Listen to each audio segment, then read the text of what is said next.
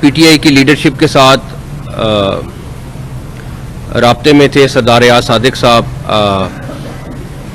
मुसलसल बीच में थे और हमारा और अपोजिशन का वो राब्ता करा रहे थे, और हमने उनको बड़ी क्लियर बात की थी कि इलाज के मामले में हम चाहे कोई भी कैदी हो, जो आइन और कानून के तहत उसको सहूलत अवेलेबल है वो हम अवेलेबल करेंगे। उसके बाद हमने उनसे कहा कि आप एक नॉन पॉलिटिकल डॉक्टर जो आई स्पेशलिस्ट हो वो हमें नाम दे दें, ताकि हम उससे भी चेकअप करा लें। जिस पे उन्होंने कहा कि नहीं, ऐसा करें कि आप उसको रहने दें, हमारा एक फैमिली का बंदा साथ डालें।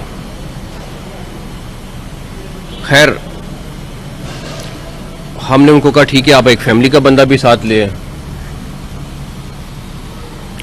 और ये मैं सारी चीज़ें वो बता रहा हूँ जो रिकॉर्ड पे हैं, और आप पीटीआई के रहनुमाओं से जाके पूछ सकते हैं। जब उनका कासिम एक कज़न है जिसका नाम हमें दिया गया, और हमने कहा ठीक है वो भी आ जाए और हम चेकअप कराते हैं, सारा कुछ होता है। जब दोनों चीज़ें हो गई तो कहा गया कि नहीं, ऐसे नहीं, आप